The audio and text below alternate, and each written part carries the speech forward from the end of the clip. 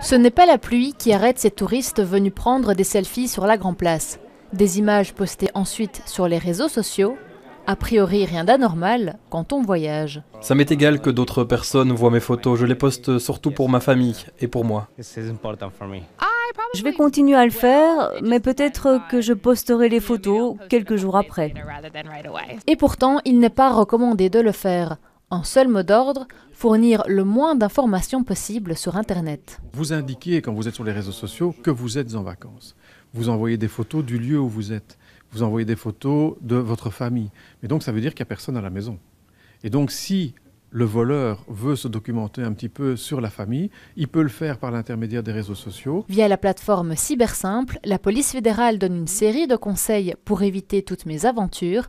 Parmi eux, choisir un mot de passe composé de chiffres et de majuscules, faire des mises à jour régulièrement et n'utiliser pas de Wi-Fi public non protégé. On va voir par exemple arriver, lorsqu'on est sur un lieu de vacances, des hackers qui vont chercher à collecter les données des vacanciers, et notamment ils vont le faire en créant par exemple de faux points Wi-Fi.